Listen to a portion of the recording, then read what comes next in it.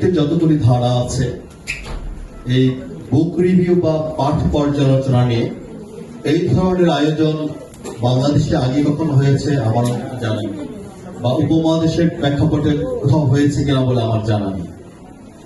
তো এই দিক থেকে আয়োজনটি একেবারে নতুন কিন্তু প্রয়োজনীয়। আর নাসরিন আপা সম্পর্কে তো দীর্ঘ আলোচনা হয়েছে, আপনারা সবাই করেছেন, জানেন সবাই। বিশেষ করে মনি হায়দার ভাই, মনি ভাই তারা যেভাবে গল্পের এবং কথা সাহিত্যের বিশ্লেষণ করেছেন, সেখানে তারপরে আর নতুন করে ওই বিষয়ে কথা বলার মতো সাহস এই মুহূর্তে আমার অন্তত নেই। আমি ছোট্ট একটা স্মৃতিচারণ করতে চাই। সেটি হচ্ছে, আমরা যারা লেখালেখি করি সবাই নয়, অনেকেরই বা বেশিরভাগই নামটা পরে নেওয়া হয়।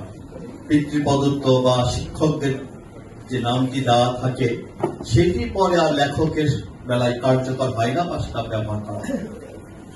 আমি নাসরাপের সময় অন্যদিন সম্পাদনা করতে, আপনারা সেটি জানেন সাহিত্যের বিষয়টি। আমি লেখা নিয়ে গেলাম, একাধিকবার লেখা নিয়ে যাই।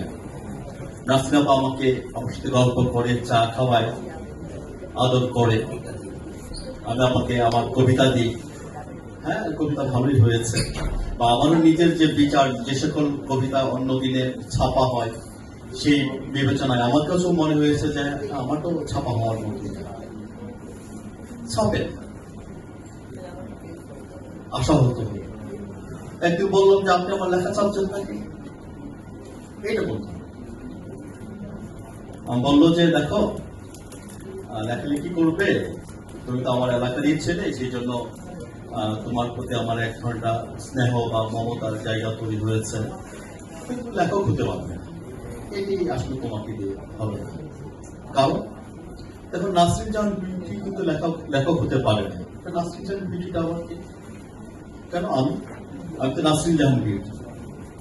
নাসরিন জাহান বিউটি লেখক হতে পারে না। নাসরিন জাহান, তুমি তোমার নামটাকে একটু ছোট কর, স্মার্ট কর। ভাবলাম যে লেখক একটা দুর্মর আকাঙ্ক্ষা, লিখতে হবে, কাগজে নিজের নামটা দেখবো, সে আকাঙ্ক্ষা আমি স্যাক্রিফাইস করতে। ঠিক আছে, তারপর আপনি একটা নাম লিখে দিন, না তোমার নাম তুমি রাখো, সেটাই ভালো। আচ্ছা ঠিক আছে।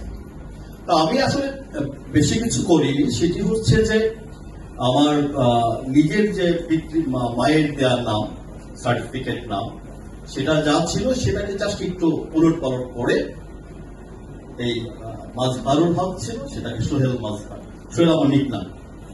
তো কাজেই ওটা আমার মা ভালোবেসে আদর করে ডাকতেন। মায়ের দেওয়ার নাম, মা নেই, মায়ের স্মৃতিটাই থাকে।